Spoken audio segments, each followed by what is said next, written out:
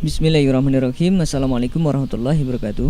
Bagi umat muslim, Ka'bah memang menjadi tempat suci dan sebagai kiblat untuk menjalankan sholat. Namun di balik kesucian dan kemegahannya, rupanya Rasulullah SAW pernah memprediksi bahwa nantinya di akhir zaman Ka'bah akan dihancurkan. Bagaimana itu bisa terjadi dan karena apa?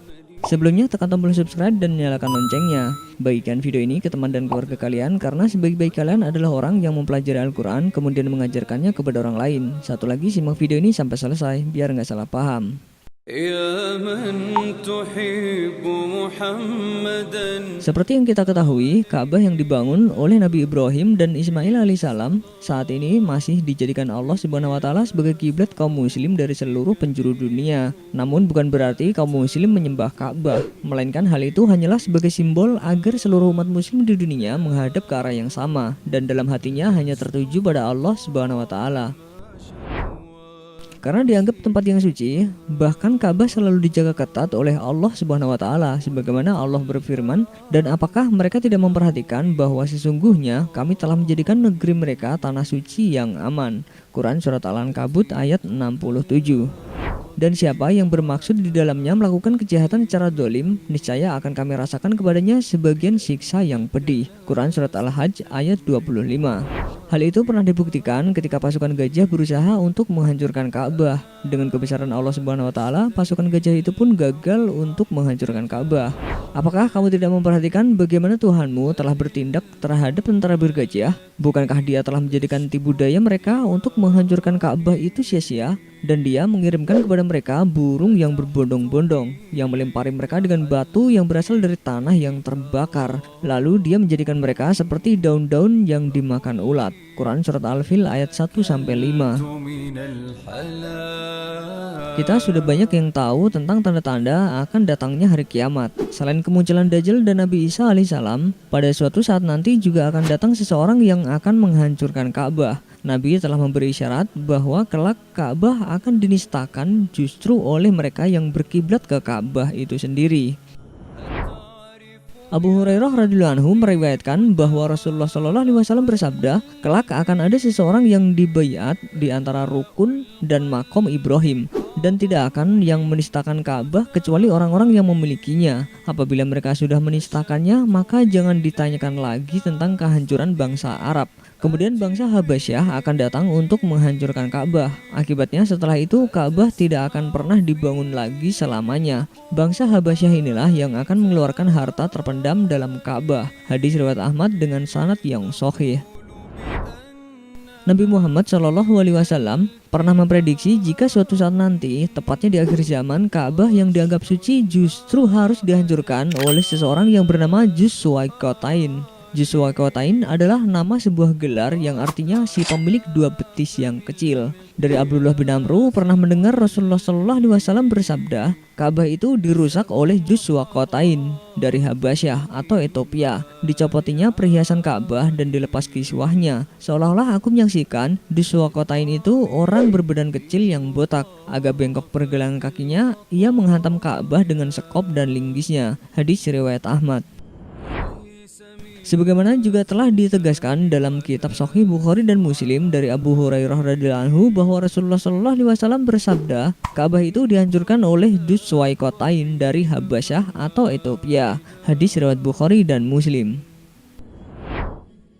Dzulqarnain adalah orang yang memiliki dua betis kecil. Selain itu, sebagaimana diriwayatkan oleh Imam Bukhari dari Abdullah bin Abbas, seolah-olah aku mengenalnya seperti orang berkulit hitam dan berkaki bengkok yang melepas batu Ka'bah satu persatu. Selain memiliki betis yang kecil dan bengkok, Dzulqarnain digambarkan sebagai sosok yang botak. Ia menghancurkan Ka'bah dengan melepaskan perhiasannya dan menurunkan kiswah atau penutupnya menggunakan skop atau cangkul dan linggisnya. Dulu saat pasukan gajah menyerang Ka'bah, penduduk Mekah memang masih kafir dan belum beriman. Namun mereka tetap menghormati dan memuliakan Ka'bah serta tidak menistakan maupun melecehkannya. Sehingga Allah pun melindungi Ka'bah dari Abrahah dan pasukannya. Sedangkan pria Habasyah yang dijuluki Dzulqarnain menghancurkan Ka'bah setelah orang-orang yang memiliki Ka'bah sudah menistakannya dan berani melecehkannya serta mengabaikannya. Bila mana mereka sudah mengabaikan Ka'bah, Allah pun tidak akan menolong mereka. Dzulqarnain akan muncul setelah Nabi Isa alaihissalam dan pasukannya membinasakan Ya'juj dan Ma'juj. Mengetahui Ka'bah akan dihancurkan, Nabi Isa alaihissalam mengirim pasukannya untuk memerangi bala tentara Dzulqarnain. Mereka berkekuatan antara 700 sampai 800 orang. Setelah dihancurkan oleh orang tersebut, Nabi Muhammad SAW juga mengisyaratkan bahwa Baitullah Suci tidak akan lagi dibangun atau dimakmurkan selama-lamanya, karena pada akhir zaman nanti akan muncul angin lembut yang akan mencabut nyawa setiap manusia yang masih memiliki keimanan meski hanya seberat biji sawi, sehingga tidak ada orang yang bisa merawat Ka'bah dan sisanya tinggal manusia-manusia jahat. Itulah cerita tentang kemunculan Dzulqarnain yang akan menghancurkan Ka'bah. Wallahu a'lam bishawab. Wassalamualaikum warahmatullahi wabarakatuh. Sebelum beranjak dari video ini, mungkin video sebelumnya juga menarik untuk dilihat nih. Tak bisa dipungkiri, terkadang hewan semut kerap menjengkelkan manusia, apalagi pada aktivitas tertentu sampai mengganggu bahkan menyakiti manusia hingga akhirnya semut itu dibunuh. Namun Rasulullah SAW sangat melarang umatnya untuk membunuh semut. Lalu bagaimanakah cara yang benar? Semut merupakan salah satu serangga yang amat pintar. Kepandaiannya sangat luar biasa. Ia bisa keluar dari rumahnya untuk mencari santapan meskipun menempuh jarak yang jauh. Walaupun berat beban yang dia bawa melebihi berat badannya, semut tetap kuat menempuh perjalanan yang amat sulit. Namun berkat kecerdasannya, dia sanggup melakukan hal itu dan berhasil mengumpulkan makanan. Cerita mengenai semut ini juga tertera dalam apa yang dikisahkan Al-Quran tentang semut dan juga Nabi Sulaiman alaihissalam yang bisa mendengar perkataan semut. Dalam surat An-Naml ayat 18, Allah Subhanahu wa taala berfirman, "Hingga ketika mereka sampai di lembah semut, berkatalah seekor semut, 'Wahai semut-semut, masuklah ke dalam sarang-sarangmu, agar kamu tidak diinjak oleh Sulaiman dan bala tentaranya.' Sedangkan mereka tidak menyadari." Quran surat An-Naml ayat 18. Semut merupakan rakyat Nabi Sulaiman alaihissalam. Jadi jika kita melihat banyak semut di dalam rumah, janganlah dibunuh dengan racun serangga, dipijak apalagi membunuhnya dengan menggunakan panas api atau membakarnya. Menghukum semua semut yang ada di sarang itu dan membakar mereka dengan api bukanlah keadilan. Semut adalah ciptaan Allah Subhanahu wa taala. Mereka bertasbih dan menyucikan Allah seperti hewan lainnya.